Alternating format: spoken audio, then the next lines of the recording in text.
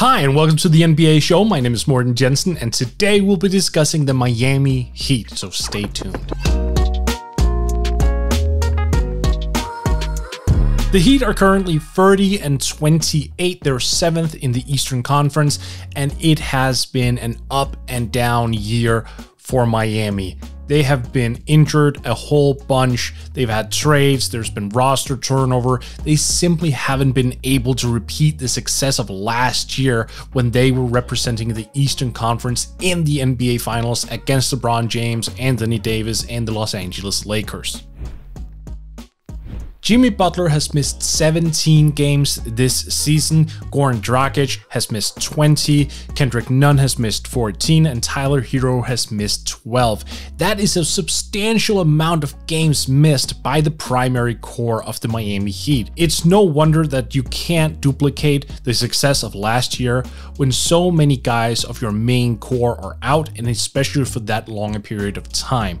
So that plays a big factor in why the Heat really isn't higher up in the rankings as they probably should be when you look at their talent level, their defensive acumen, and how they're run as a team.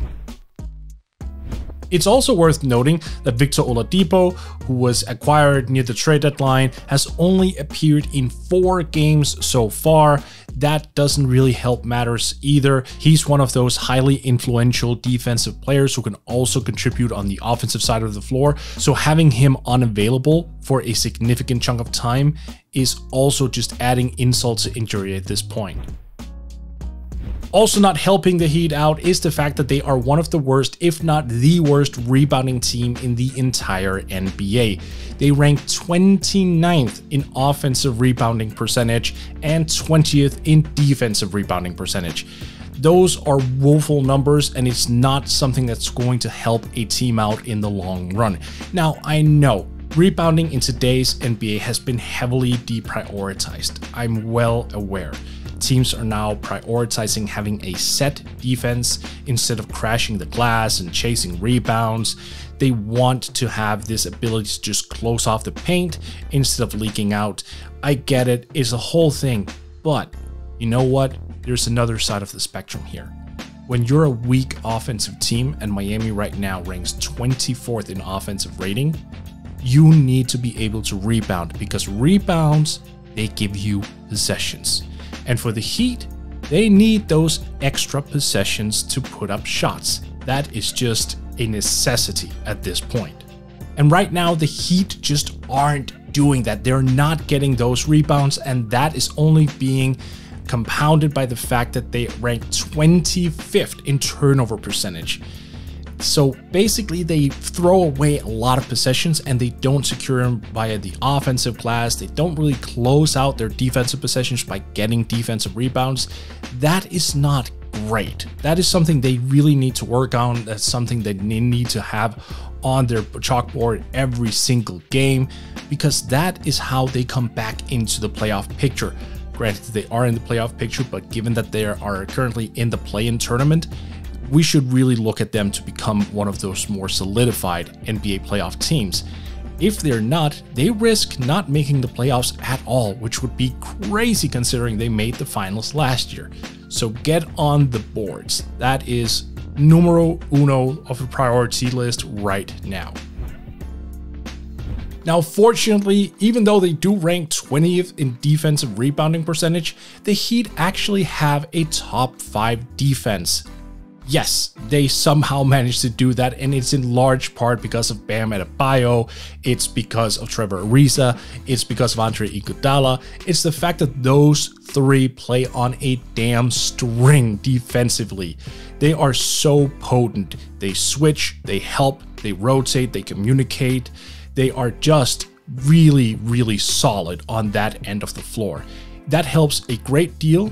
But also when Jimmy Butler gets into the action, which he has done for 41 games this year, it just takes them up another notch. Obviously, Butler is a defensive-oriented guy, so that also helps matters a great deal. But yes, defensively, the Heat are rock solid. They are one of the league's elite teams on that end of the floor. It's just a matter of rounding out everything else alongside that attribute. Get into the paint offensively. Make sure you crash the boards. There's a pathway here for them to become good, and right now they're just not fulfilling those expectations. So we'll see in a couple weeks, because the season is winding down and it's time they find their stride right now. And just to round out the defense, let me just leave you with a little thought here. Imagine a fully healthy Jimmy Butler, a fully healthy Victor Oladipo being added to Bam, Iggy, and Ariza, and full time, no less. That could be scary. So scary, in fact, that teams may not want to play them at all in the NBA playoffs, but we'll get back to that a little bit later. Now, internally, there's also been a few things here and there, which is very, very common for every single NBA team, I should add. Every single team, every single year, no less, have some sort of internal issues. Guys are trying to work out their roles. They're trying to work out their responsibilities. If a team is struggling, they're trying to find solutions.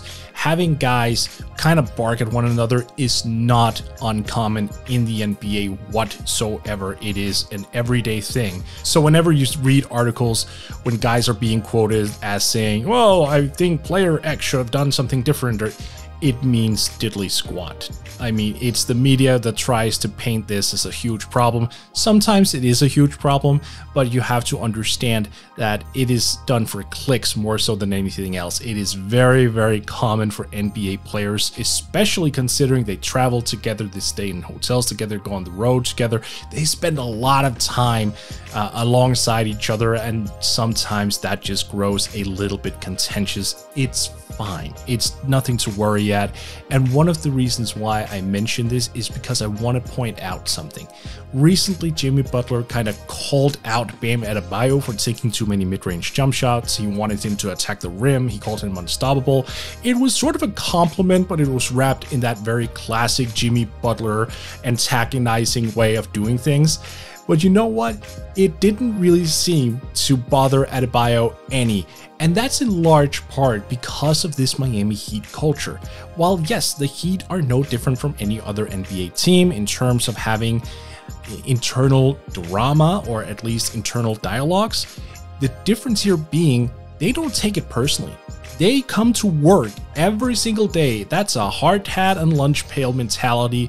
They come in, they know they have a shared responsibility. They know they have a shared workload, and they know that they're there for a reason. They're there to win. So when guys call each other out, or where guys come up to one another and go, I think you could do better in this regard, it is not perceived necessarily as negatively as it would other teams, which is super interesting, and it's part of why the culture in Miami is so rock solid. It's also part of why players want to go there. So that's one of the things that we need to keep in the back of our heads whenever we see Jimmy Butler or Bam Adebayo quotes pop up if they're commenting on each other's games. This is not a Shaq and Kobe situation by any stretch. This is just a matter of two guys trying to amp each other up and get better. That's the Heat culture, that's the Heat mentality, and I, for one, applaud it. I think it's nice to be able to just call a spade and go from there. And so far, we're seeing that from Jimmy and from Bam, and I encourage it. I think this could be a way that they light a fire under each other's asses and get going. Oh, and Bam hit a game-winning buzzer beater against the Nets right after Jimmy made those initial comments. So, you know, that's proof, right? So let's get into this whole playoff thing. What kind of team are we looking at here? It's difficult to say, because when you don't have a consistent offense, you don't really know what you are as a team. Well, you know what you are defensively, but offensively, if you're a mixed bag, that means that your results can vary greatly from a night-to-night basis. That said, when you do have this identity as a defensive-oriented team, there's always going to be a certain baseline that you will reach, because defense ultimately is about communication, it's about effort. Like, yes, it's also about skill, very much about skill, but you can get away by having low-skilled defensive players by amping up communication and amping up the effort. Those are just facts. Those are the ways that you improve as well as a defender. You have to want it. That sounds very emotional, but that's a big part of it. Defense very often is about pride, and the Heat just do not accept guys who don't take pride in defense. So that is how they look at their players, is do you play for the defensive end of the floor? If so, you'll get minutes. And they do, even if some of them, like Duncan Robinson for example, isn't a world beater defensively, he tries. They all try. And that effort level is something that teams going up against the Heat really dislikes, because they are getting scrapped at and clawed at every single second on the floor. And in a potential playoff setting, that means that whoever matches up against the Heat and actually makes it through the series alive, which I think will happen, I just don't see a pathway for this Heat team to make it to the finals again, at least not this year. That team is going to come out on the other side of that series, and they're going to be bruised up and banged up, and they're going to be aching and hurting. And I think that could actually be a very interesting subplot to the Heat this year. Now, when they go into the playoffs and they beat up teams, now they might not win, but whoever beats the Heat in a 7-game series or the best of 7-game series, if they come out on the other side bruised up, banged up, can't really do anything physically because they've just been completely hammered, that could affect them in their next series coming up, to the point where we may see a favorite Eastern Conference contender getting thrown off simply because they had to play the Heat the series before. That is how the Heat plays. That is why they also made the finals last year. They are tough-nosed players. And I think ultimately they're just a bit short on offensive talent. When everything is said and done, this is a remarkably good team. They've just had a very up and down season, and they just lack that little bit of extra offensive punch to really get it going. But they're close. They're really close.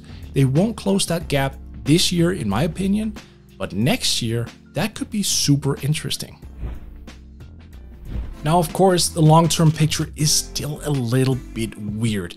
This was a team that wanted Giannis Antetokounmpo. Obviously, that didn't materialize as he signed the Supermax with Milwaukee. Then they wanted Bradley Beal, but he seems to be sticking in Washington. So they really can't pivot onto another superstar because the upcoming free agency market is really, really thin, as I have alluded to in almost every single video that I put out on this channel over the past month. So what to do here? They have a lot of their guys becoming free agents at the end of this year, players such as Duncan Robinson and Victor Oladipo. So maybe for the Heat going into this summer, they have to pivot from the mindset of finding external improvements and actually focusing on the guys at hand on their own roster that they need to re-sign. Of course, if you do re-sign these guys, it will be to substantial contracts, and that means you're locked in. That makes it extremely difficult for the Heat to even find external upgrades in any capacity down the line. So yes, the Heat have some challenges going into this offseason just in terms of improving the roster. They really do. But like I said, this team is still close. This is just a matter of getting healthy. They have Jimmy Butler still on the hook for a couple more years. He's averaging 21 points, 7+ rebounds, 7+ assists, and is playing great defense once again, though he's a superstar. And having him on the roster is a major asset moving forward. And of course, there's Bam, who seems to get better every single year, and by a substantial amount, really. I mean, the guy is almost a 20-10-5 guy now, who also plays great defense. Those are great building blocks. You just need to round it out with the right types of players. Now, is Kendrick Nunn, Tyler Hero, Goran Dragic those guys? That remains to be seen, but the Heat do have some options this year if they want to basically start a little bit over and build around Jimmy and Bam. They can do so because both Goran Dragic and Andre Iguodala are on team options. They can decide to not exercise those and they can become free agents. That you can remove them from your cap hold. So they have options to go into this summer with cap space if they want to. But then again, we run into the same problem as I alluded to a few minutes ago. There isn't really a whole lot of talent available. Now, of course, if Kawhi Leonard says, you know what, I might consider bailing from the Clippers, again, I don't think so, but then that could be interesting. Outside of that, though, I don't really see the pathway here to them improving from an external perspective. I think they need to play it smart, stick with their primary guys who they have identified as long-term pieces, and then go from there. But That said, even though this has been a weird season for the Heat, I really like where they're at in terms of their collective talent on that roster. They fight, they care, and they have talent. It's just a matter of implementing it a little bit better and finding out how to close those offensive holes. They're close. They're super close to making yet another finals run. It's just not going to happen this year.